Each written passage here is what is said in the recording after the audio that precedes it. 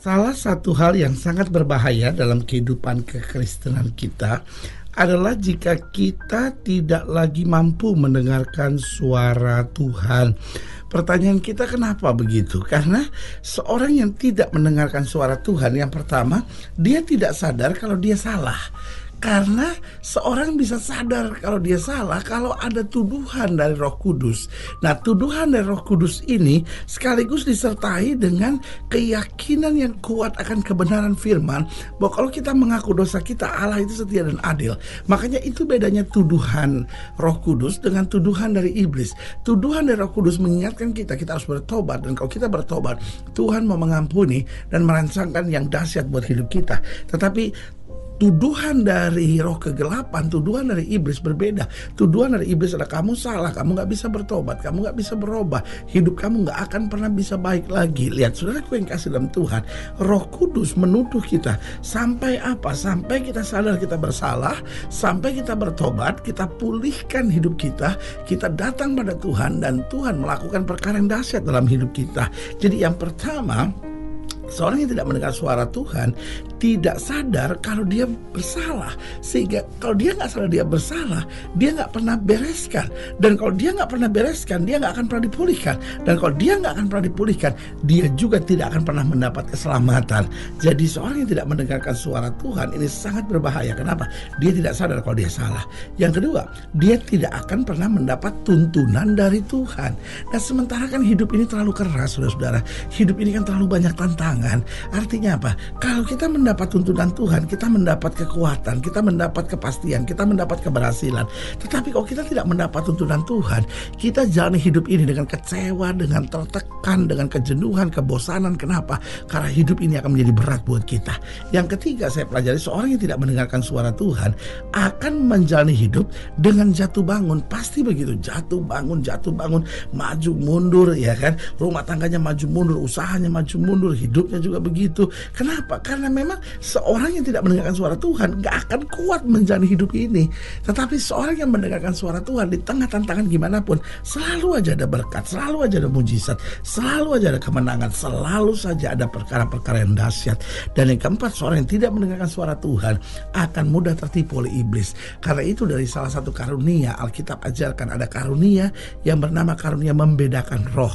Artinya apa? Seorang kalau mendengarkan suara Tuhan, dia tidak akan mudah tertipu oleh iblis. Karena iblis memang penipu. The devil is a liar. Setan itu penipu. Dia mau menipu saudara, membingungkan saudara, dan akhirnya memberitahu hal-hal yang tidak benar dalam kehidupan saudara. Nah, saudaraku yang kasih dalam Tuhan, sebagai hamba Allah, karena itu selalu saya bilang pentingnya kita peka mendengar suara Tuhan.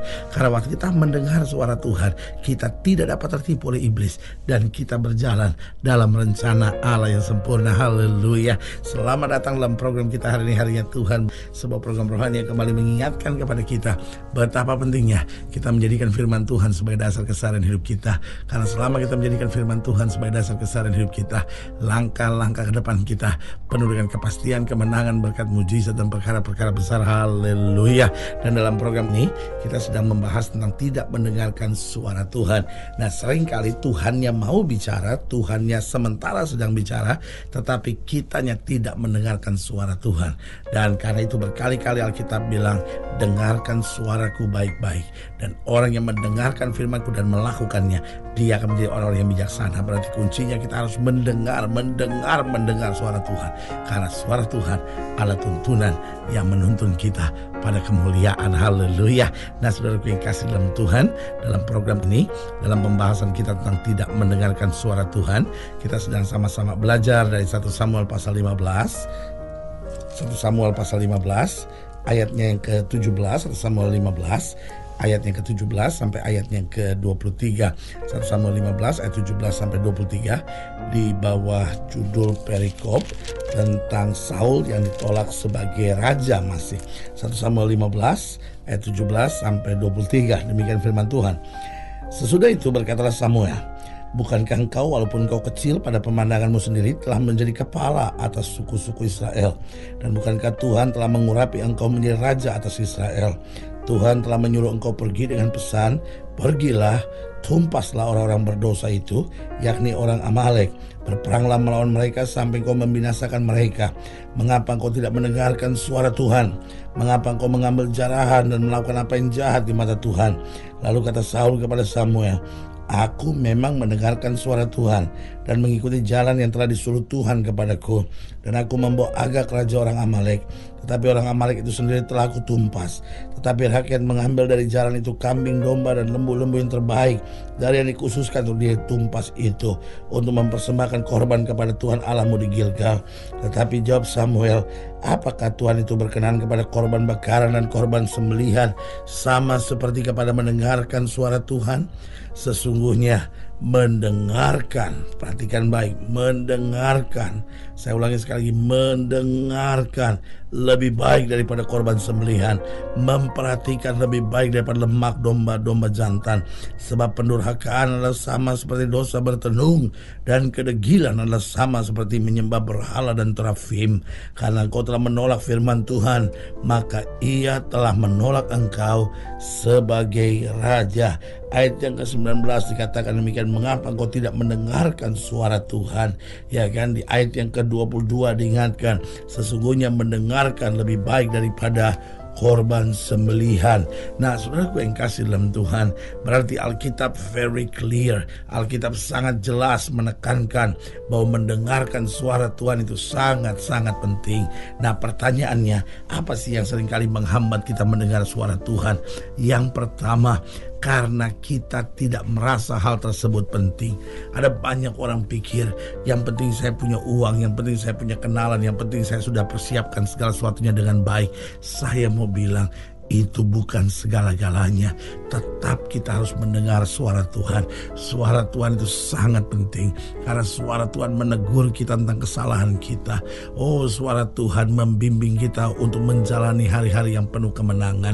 Dan suara Tuhan menasihati kita untuk langkah-langkah yang harus kita kerjakan. Suara Tuhan juga mencegah kita dari segala tipu daya manusia di sekitar kita. Dan suara Tuhan juga yang menjauhkan kita dari segala penyamaran-penyamaran iblis. Karena itu sebagai hamba Allah, saya hanya mengingatkan buat saudara, mendengar suara Tuhan itu sangat penting. Ada banyak orang terhambat mendengar suara Tuhan. Kenapa? Karena dia tidak merasa penting.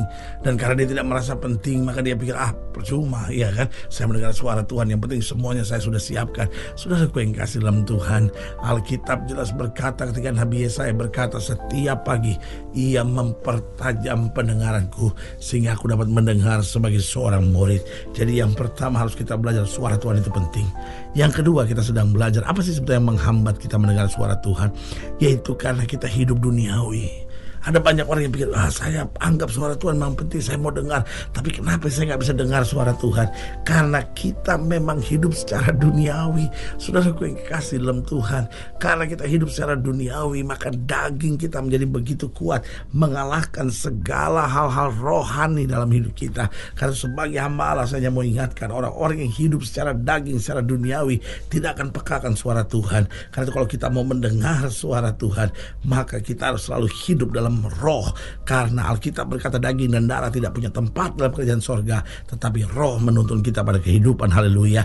Dan yang ketiga yang menghambat kita mendengar suara Tuhan, karena kita menyimpan dendam dan kebencian.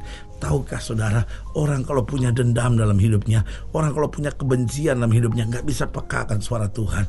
Karena di dalam dirinya dia dikendalikan oleh roh hawa nafsu, roh kebencian, roh kepahitan itu. Sebagai hamba Allah, saya hanya mau ingatkan, kalau engkau masih menyimpan dendam, kepahitan, kekecewaan dalam hidupmu, buang. Kenapa? Karena itu akan menyengsarakan hidupmu. Itu yang akan menghambat engkau mendengar suara Tuhan. Itu akan membuat engkau tidak pekakan suara Tuhan. Yang keempat, saya pelajari apa sih yang menghambat kita mendengar suara Tuhan, yaitu karena hati kita dipenuhi dengan ambisi-ambisi daging. Saudaraku yang kasih dalam Tuhan, setiap orang boleh punya cita-cita, harus punya cita-cita. Tetapi sebagai hamba Allah, saya hanya mau menekankan kepada setiap saudara, cita-cita kita harus kita serahkan kepada Tuhan, sehingga kita berkata seperti apa yang Yesus naikkan dalam doanya, biar bukan kehendakku yang jadi, melainkan kehendak-Mu yang terjadi. Setiap kita harus punya mimpi, setiap kita harus punya visi, kita semua harus punya cita-cita. Itu tidak salah, tetapi jangan sampai kita hidup dengan ambisi-ambisi daging, hal-hal duniawi selalu yang ada dalam pikiran kita. Sebagai hamba Allah, saya mau ingatkan, ambisi-ambisi daging akan membuat kita menghalalkan segala cara, tetapi visi yang dari Tuhan akan membuat kita tegar, akan membuat kita kuat, akan membuat kita berdiri tegak, karena kita tahu Tuhan sudah beri visi ini dalam hidup saya. Saya akan berjalan dalam rencana Tuhan, saya akan berjalan di dalam kehendak Allah, dan saya akan berjalan di dalam segala rencananya. Haleluya. Sebagai hamba Allah, saya hanya mengingatkan buat saudara, mari kita mendengar suara Tuhan, dan jalan kita akan senantiasa penuh dengan damai sejahtera. Haleluya. Saudaraku yang kekasih dalam Tuhan, jika saudara ingin dilayani lebih jauh, hubungi kami melalui telepon, hubungi kami melalui surat, kunjungi website kami, karena kami ada untuk membawa Bapak Ibu saudara senantiasa lebih dekat pada Tuhan dan mengalami kasih kuasa mujizat yang luar biasa. Secara khusus melalui program ini juga saya mau berdoa buat setiap saudara yang sakit, setiap saudara yang berbeban berat, karena saya percaya bahwa bagi Allah tidak ada perkara yang mustahil. Saudara yang didoakan secara khusus boleh taruh tangan kanan saudara di dada, dan kita akan berdoa. Mari kita berdoa. Bapa, dalam nama Yesus, hamba doa buat yang sakit, hamba doa buat yang berbeban berat, hamba doa untuk setiap mereka yang sedang menghadapi masa-masa yang sukar, karena hamba percaya bahwa bagi Allah tidak ada perkara yang mustahil. Bapa, hamba berdoa di dalam nama Yesus, Tuhan jamah yang sakit, Tuhan sembuhkan, yang lemah Tuhan kuatkan, yang susah Tuhan hiburkan, yang jatuh Tuhan angkat, sehingga hari-hari yang penuh kemenangan boleh berlaku. Bahkan hamba doa buat yang taruh tangan kanan yang di dada, Tuhan jamah, sehingga kami pekakan suara Tuhan, mau dengar-dengar akan suara Tuhan, dan berjalan dalam hikmat dan kehendak Tuhan. Di dalam nama Yesus kami berdoa. Haleluya. Amin. Saudara yang kekasih dalam Tuhan, kita sudah berdoa. Ingat, Allah tidak pernah lalai menepati janjinya.